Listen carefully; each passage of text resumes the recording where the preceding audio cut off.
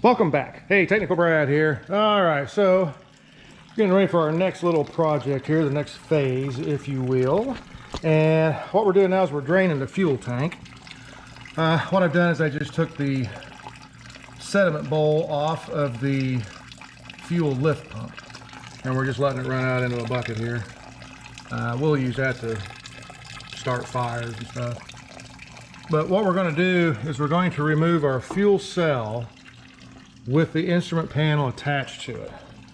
Our steering column, we already have that removed, and the steering wheel and all that.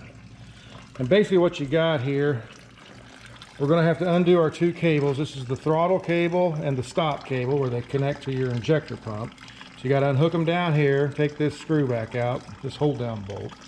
We're going to have to disconnect, obviously the wiring harness will go off with the tank and the instrument cluster.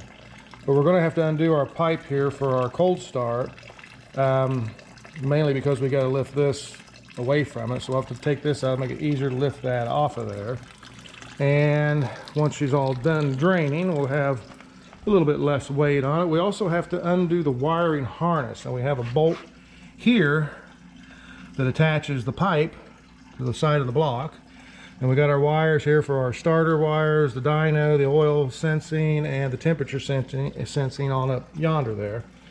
And so we'll disconnect all that, and we'll disconnect our return leak off valve here, or pipe up here at the tank. And once you have all that stuff done, you'll be able to remove it. We have our system has a combination hand and foot throttle.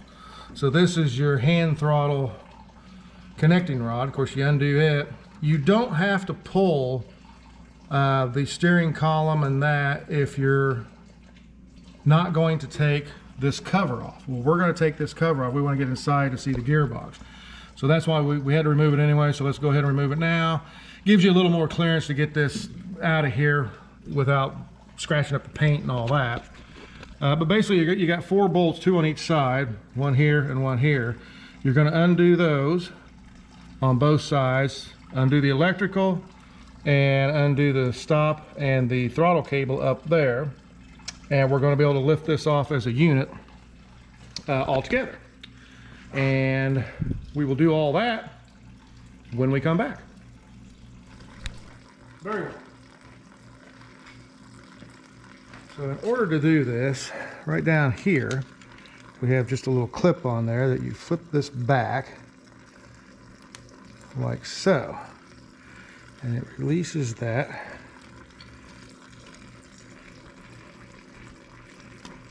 And that is just a socket type thing there, ball and socket, that fits onto your stud right in here. And that's it for that. Now, the other one is spring, has a spring holding it on. And we gotta go down here and undo it.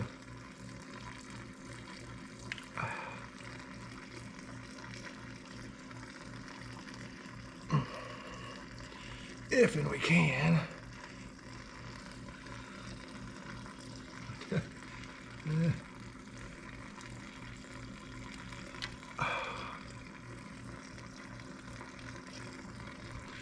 Spring at each end. This hooks into the bracket on the timing cover there, and that hooks into the actual stud of the pin that holds it on. So hooks on kind of like that, and just slides in there and holds it on there. And then we've got to loosen back there the hold down nuts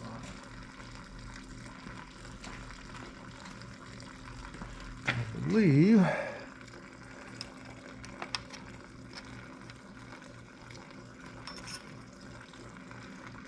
it is 7/16. Now I did replace the stop cable back when we restored it.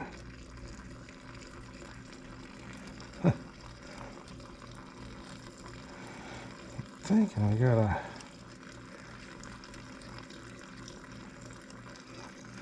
think we gotta unscrew this all the way and then there's a slot for the actual cable.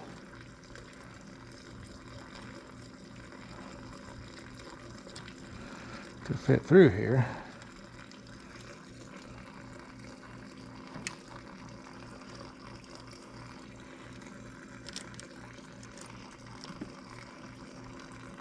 Like so. So there's a slot back here in the mounting bracket. Now, we didn't adjust that nut, and we're not going to, because that's going to tell us where it goes when we put it back on, and then the bottom nut tightens up, you know, to compress it onto the bracket that's back here that holds it on. Now we need to take that loose as well.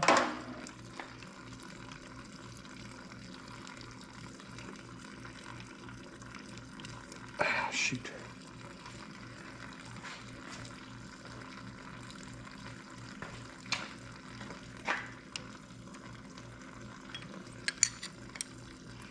I'm trying not to drop anything into the bucket of diesel fuel down here.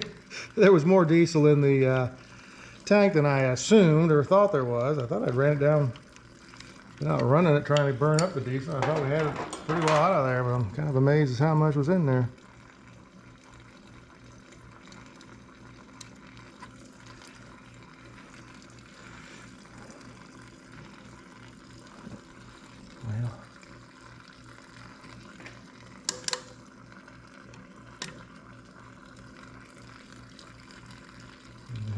We'll just put this back on here. Flat washer and a little 3/8 nut there.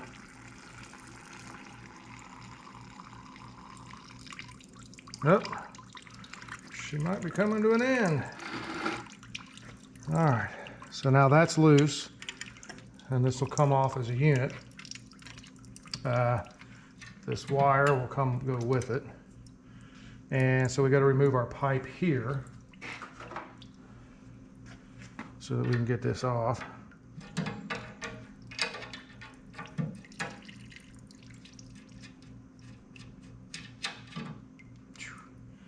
And that has a little bit of diesel fuel in it as well.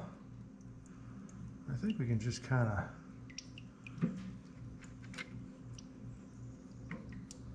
tuck that up in there. And I think we can get this off of here, get around it.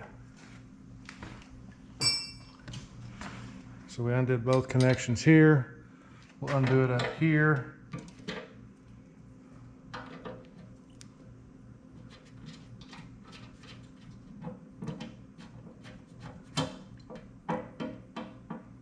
Like so. We should be able to move forward and pull that all out when it comes time. And we are done draining, it looks like, so that's good. That is your water temperature. That's the sending unit. And it has a nut on there. And it just loosens up.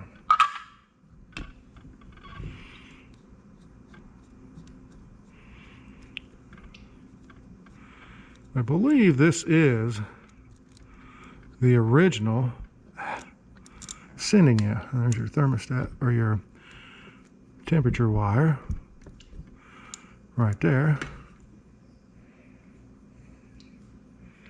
Put our nut back on there.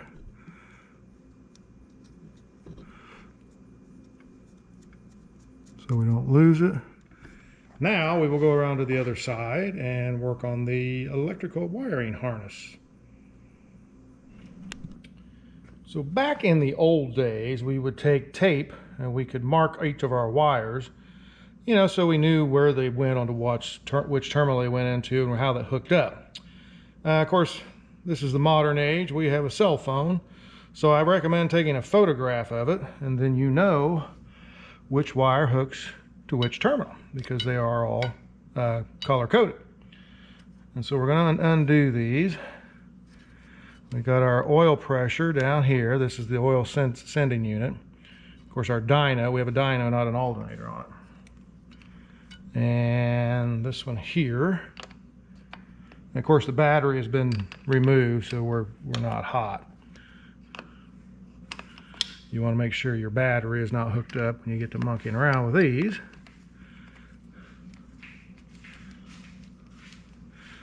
Otherwise, you'll make sparks.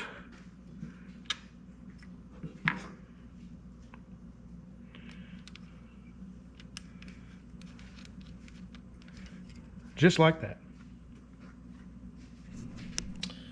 Now we have a bolt right here that holds on our tube that has our wiring running in it. So we'll just, it's 7/16. I think it's loosened up. We'll loosen that up. My flashlight's petering out on me here. And we remove that, and I'll put the bolt back in the block there. It's nice to put the bolts back, and then that way they're there when you need them. So that's your wiring harness, or our wiring harness on this. Now this is a 1966. Our cable for the headlight will come off of there too.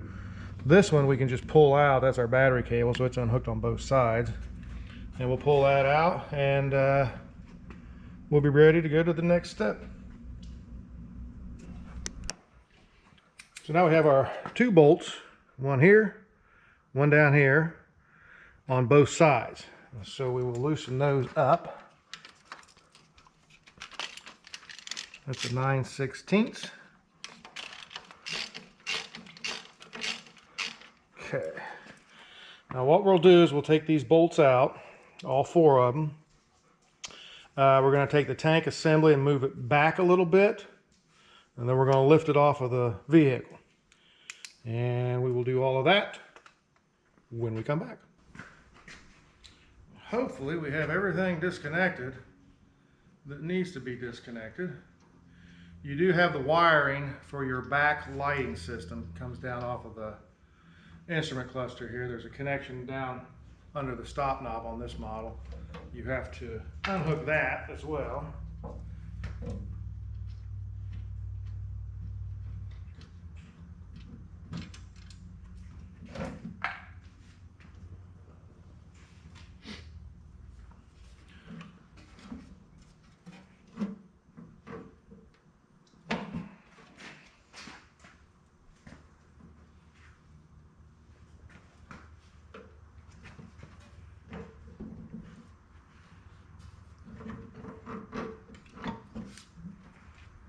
Hooked on something.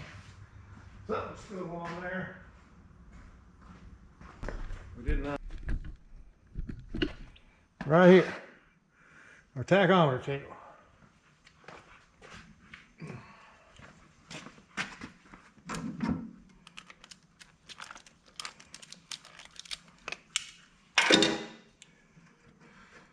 Did so well too. I knew I'd forget something.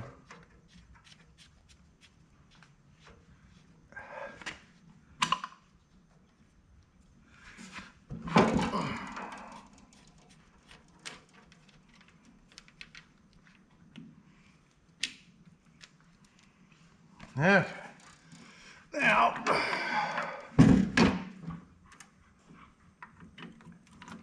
it should be possible to remove the entire system like we just did. Bring it over here. I'm going to set it down on the bench.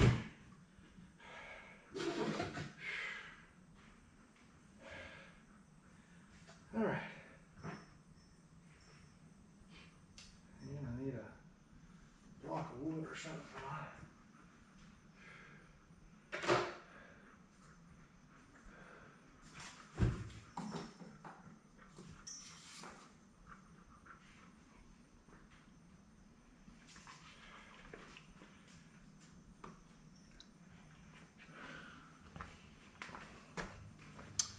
All right.